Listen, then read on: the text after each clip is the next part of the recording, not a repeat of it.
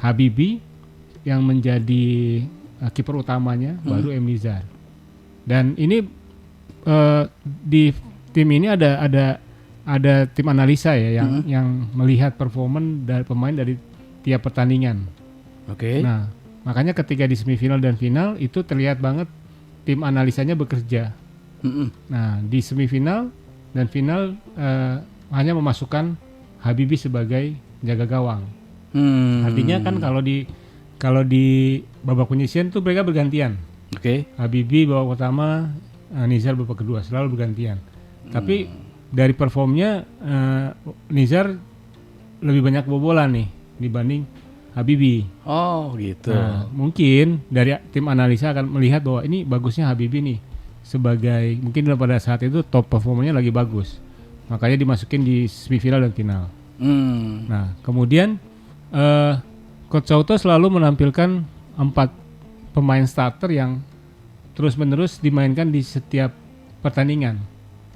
Itu ada M. Iqbal Iskandar sebagai kapten, lalu ada Rio Pangestu, Rizky Xavier, sama Israr Megantara. Wah. Nah, keempat pemain ini selalu masuk di line up starting five pertama.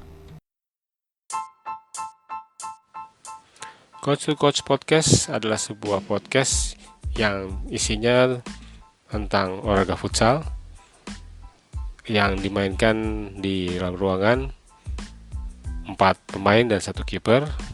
Nah, di podcast ini kita akan berbicara soal teknik, taktik, maupun informasi-informasi mengenai jadwal dan hasil pertandingan, terutama di Liga Asosiasi Akademi Futsal Indonesia atau AFI. Kita akan menampilkan juga narasumber-narasumber dari berbagai tempat dan pelatih-pelatih yang berkualitas. Semoga obrolan ini bermanfaat bagi pemirsa. Selamat mendengarkan.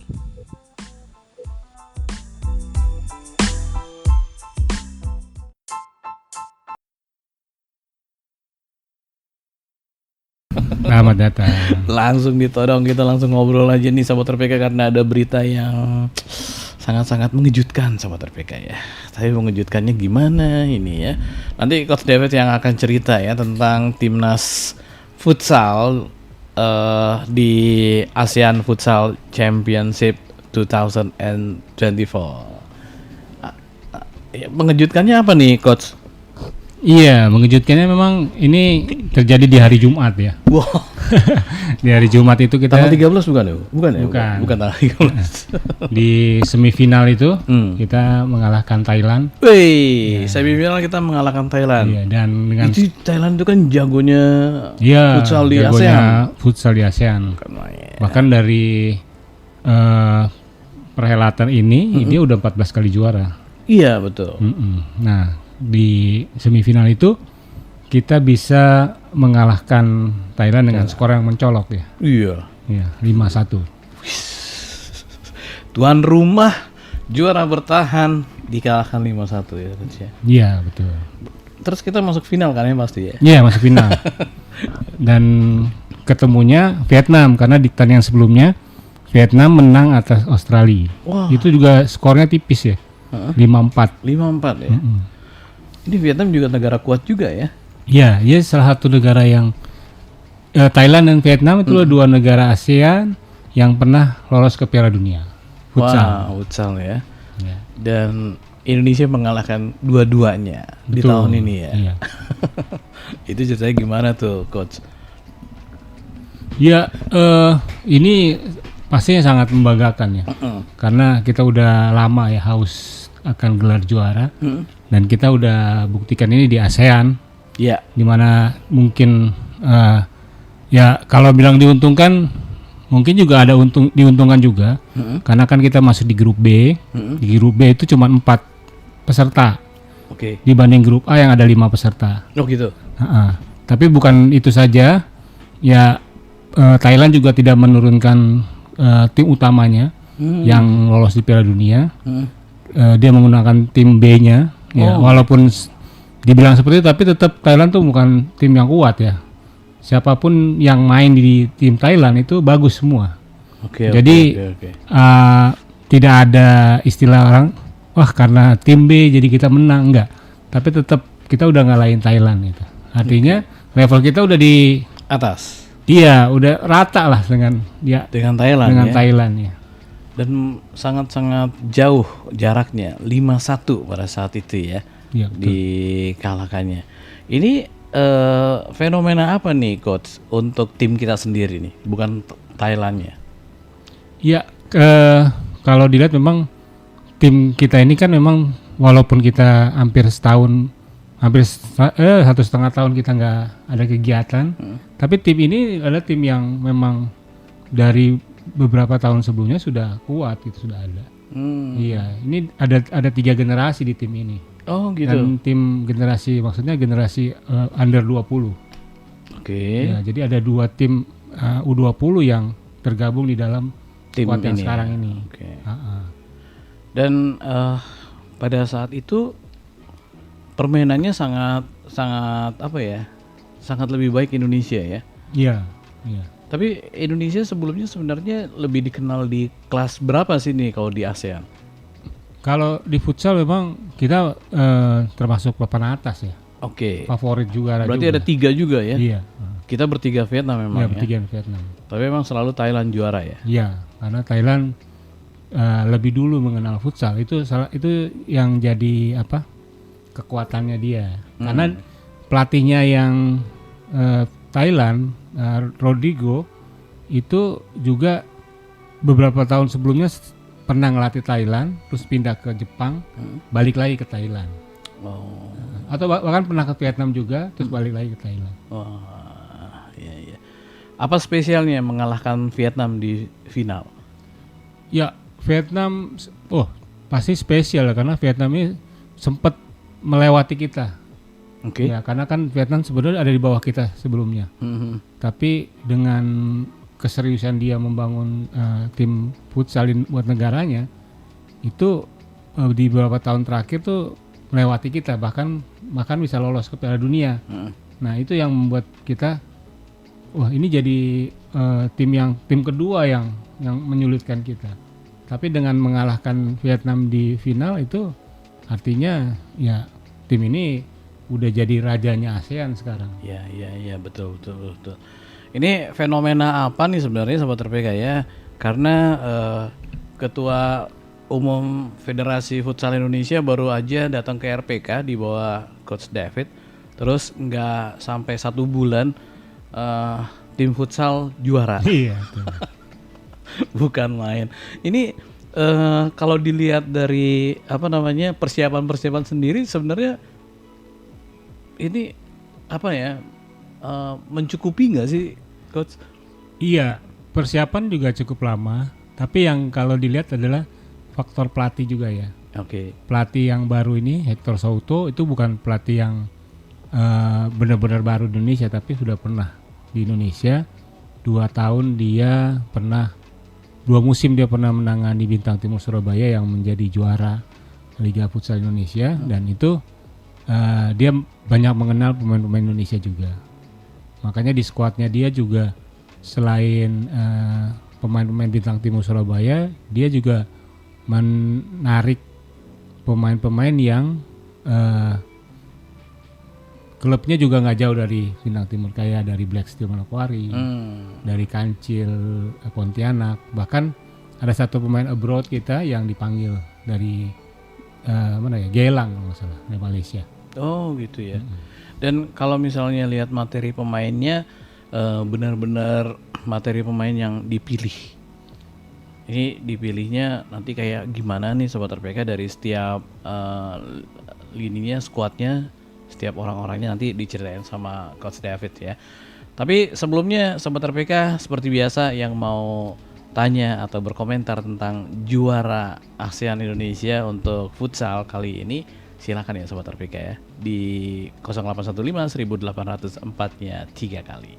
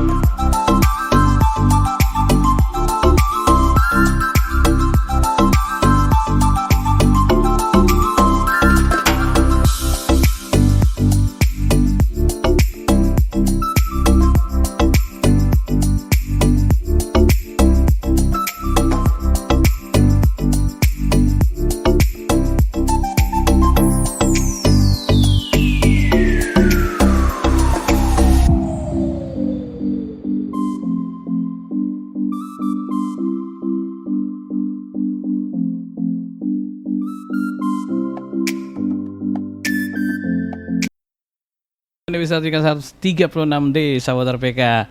Teman olahraga sore-sore lagi bicara mematahkan dominasi Thailand. Indonesia rajai futsal ASEAN. Bukan main ya sahabat RPK. Nggak tanggung-tanggung dibantai 5-1 sang juara bertahan di semifinal. Kemudian juga di final kalahkan Vietnam 2-0 langsung. Ini kalau bola 2-0 itu kan masih wajar gitu ya. Futsal sampai 2-0 ini pertahanannya kuat-kuat kali ya. Iya, kalau dilihat sih pertandingannya cukup kuat ya. Karena Vietnam juga berusaha untuk mencetak gol. Sementara pertahanan kita, defense kita sangat bagus. Iya. Gitu. Dan materi-materi pemainnya pasti sangat ini ya, sangat diperhitungkan juga ya coach ya.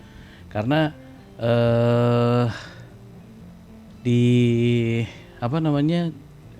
kita bisa ngelihat bagaimana mereka bisa dengan mudah mengalahkan tuan rumah gitu ya, yang paling kuat gitu. Dan kita mau baca dulu dari Fred Walker ya. Oh ya, ini Revan atau juga Hasbi mungkin bisa ada yang protes nih, videonya kok nggak ada gitu ya di YouTube gitu. Gak apa-apa, sobat RPK juga bisa menyaksikan kita ya di YouTube, di kanal YouTube-nya RPK untuk kesempatan kali ini. Ini ada Fred Walker. Udah nggak heran sih katanya juara. Orang Indonesia kan suka main futsal. Semoga kedepannya juara lagi di futsal ASEAN ini. Semoga bukan hanya futsal yang memberi hasil memuaskan ya, juga bisa memberi juga sepak bola lawan Jepang.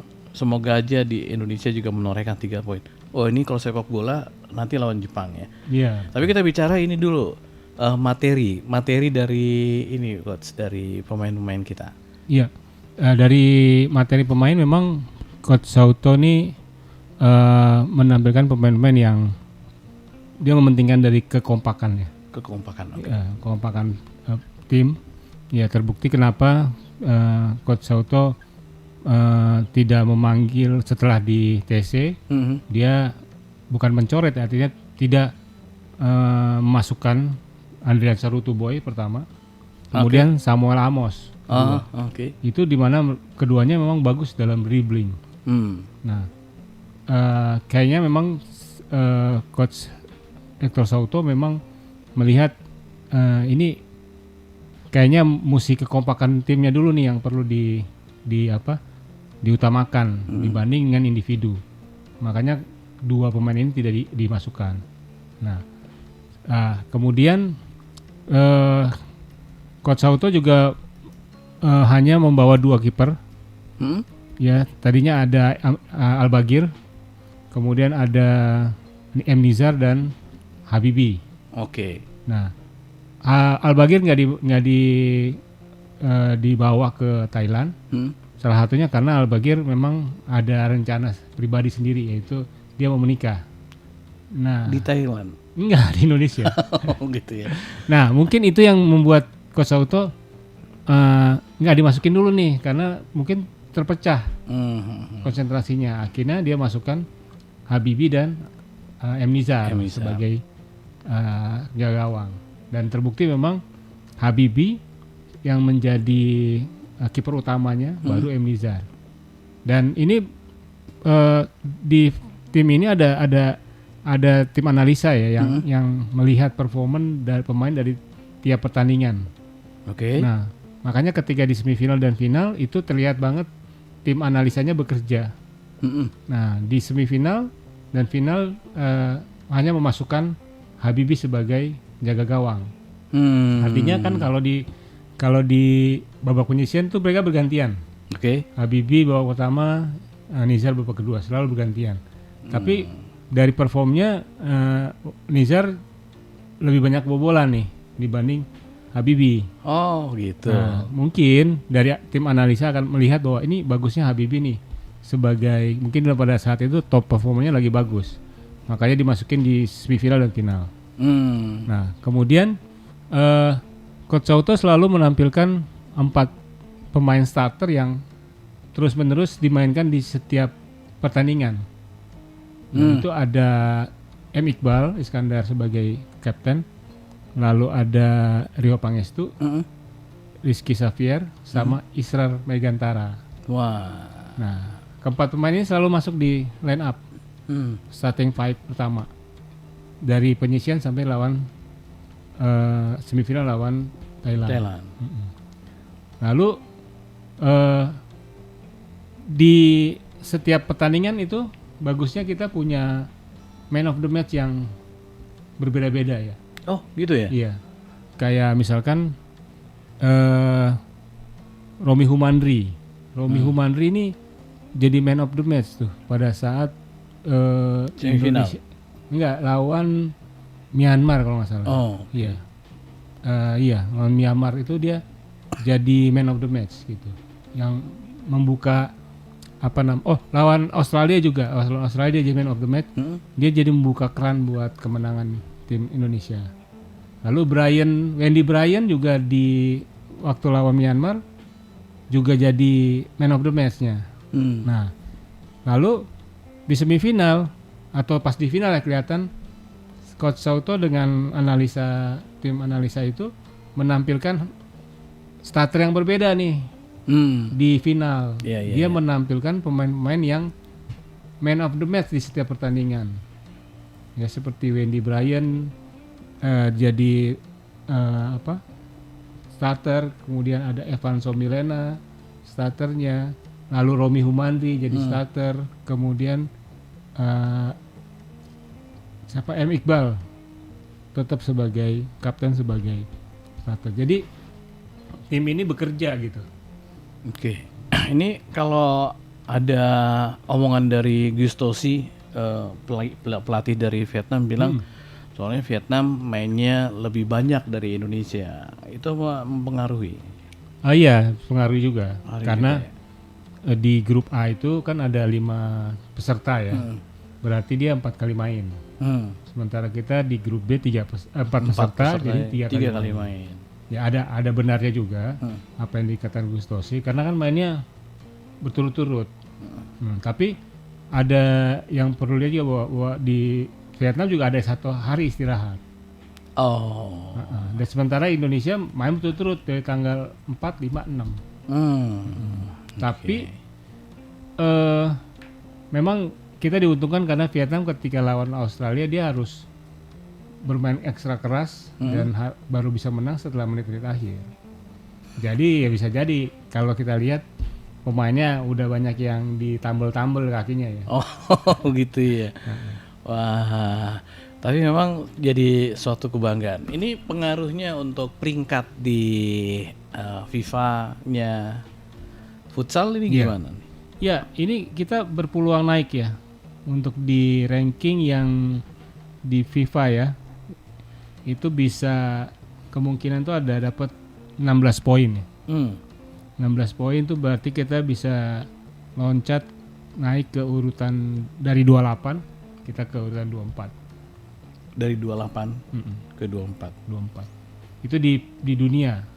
Kalau di Asia kan kita nomor peringkat 5 ya. Oke. Ya kita bisa mungkin 4 kali ya. Bisa masuk jadi peringkat 4 ya? Iya, 4 Asia. Di Asia? Di Asia ya. Yang pertama Iran pasti ya? Iya, Iran, Jepang, Thailand, Indonesia. Oh, Thailand tetap iya bertahan di situ ya? Iya, karena dia banyak melakukan pertandingan internasional. Dan terakhir kan masuk Piala Dunia. Jadi poinnya tinggi dia. Iya.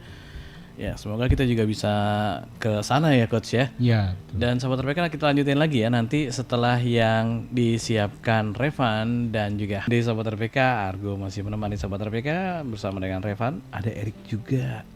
Terus ada Hasbi dan juga ada Freddy. Dan pasti ada Coach David di sini ya. Kita lagi ngomongin Indonesia juara ASEAN untuk futsalnya.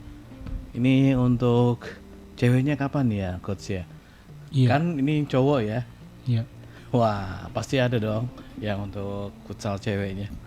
Ya di akhir bulan November ini ada kira-kira tanggal 26 November 26 November mana ya? Iya sampai awal bulan Desember ini kita akan main di ASEAN Futsal Championship yang Women. Ini Women ya. Ini di Filipina. Wih. Tuan rumah Filipina. Filipina tuan rumah. Dan hanya ada berapa negara ya? Kemungkinan ada 4 atau 5 negara saya lupa. Jadi Indonesia, Thailand, Filipina, Myanmar ya, Vietnam. Wow. Australia nggak diajak lagi? Australia nggak diajak kayaknya. Ya maksudnya emang Sobat RPK ini kalau yang woman ini beda ya. Kalau di cowok yang ditakutin tuh raksasanya Thailand gitu. Iya. Kalau yang perempuan ini gimana? Perempuan ini memang masih sama ya. Jadi Thailand juga. Thailand ini cukup disegani. Ya disegani dan dia serius gitu menjalankan sebuah olahraga. Pengelolaannya baik. Pengelolaannya bagus. Jadi di Thailand itu ada yang namanya NSDF itu kalau nggak salah sebuah lembaga yang jadi dia yang menyelenggarakan event-event. Jadi nggak FA Thailandnya cuman sebagai organisasi, tapi yang lebih menjalankan kompetisi itu dari yang NSDF itu. Dan tim putrinya juga rajin ya bikin event, terus juga kompetisi juga berjalan bagus. Nah, keseriusan Thailand membuat futsalnya baik putra dan putri itu yang membuat dia tetap stabil ya. Gitu ya. Wah, seru juga nih. Dan untuk putri, untuk yang perempuan ini nanti kira-kira apa yang diharapkan nih, Coach? Apa sama seperti yang putra dapatkan? Iya, harapannya sih. Maksudnya mengharapkan juara juga gitu, realistis gak sih? Mungkin belum ya. Belum ya. Karena gini, kurang dari sebulan kemarin kita kan juga habis dari event di Thailand, NSDF, dan itu hasilnya mengecewakan ya. 4 kali main kita kalah tanpa mendapatkan poin satupun. Nah sekarang dengan dengan pemain yang cukup fresh, dan karena waktu kemarin itu kan kita yang dijadikan alasan itu adalah persiapan yang kurang. Iya, yang terlalu dekat dengan PON. Sehingga para pemain itu peak performanya udah hilang. Nah, sekarang ini udah hampir sebulan mereka melakukan TC di Jogja. Nah, semoga peak performanya udah mulai muncul lagi. Tapi kita nggak mengharapkan mengekspektasi yang tinggi. Ya, minimal masuk final dah. Wah, bisa-bisa juara lagi ya. Oke, ya sangat mengagumkan. Memang kalau dilihat dari persiapannya bisa dibilang maksimal gak, Coach, untuk yang putri ini? Iya, cukup maksimal karena dia banyak memanggil pemain dan di sini mungkin titik awal ya regenerasi itu dimulai. Karena ada beberapa pemain yang salah satunya kiper kita dan kapten kita yang putri Citra Adisti itu udah pensiun di timnas, tapi tetap ada di timnas sebagai asisten pelatih. Wah, oke. Udah mulai ada ini ya, gambaran bayangan-bayangan cerah pemain itu ternyata bisa melangkah kemana gitu ya. Wah, ini menarik sekali ya. Dan apa sih ya untuk tim putri yang akan berangkat ini, harapannya apa nih untuk federasi? Ya, harapannya tim putri ini bisa menjawab keraguan yang sebelumnya ketika prestasi kita menurun, bahwa ternyata tim putri ini kita juga masih bisa gitu. Karena kan dalam segi ranking juga termasuk bagus ya. Indonesia ini tim putra dan putri ini termasuk bagus di Asia Tenggara maupun di Asia ya. Oke, baiklah Coach. Ini waktunya udah sangat tight, udah mau selesai. Tapi mungkin ada satu atau dua hal yang mau disampaikan coach untuk semua pendengar kita. Iya, mungkin tetap dukung timnas futsal ya, karena ini juga kesempatan buat Indonesia berbicara di pentas dunia. Bahkan setelah kemarin kita juara, kita langsung ditunjuk jadi host ASEAN Futsal Championship di tahun 2026. Wah. Dan 2026 itu biasanya tiket untuk memperebutkan ke Piala Dunia. Dan kita sudah masuk ke pot 1 ya pasti ya, karena tuan rumah ya. Oke. Terima kasih coach untuk berbagi walaupun waktunya tidak begitu banyak, tapi sobat RPK terima kasih juga untuk bersama. Oleh sebab itu ini saya Argo, juga Fred, juga Erik, juga Revan dan Hasbi pamit diri. Terima kasih coach. Dan kita jumpa lagi di waktu dan kesempatan lainnya. Salam.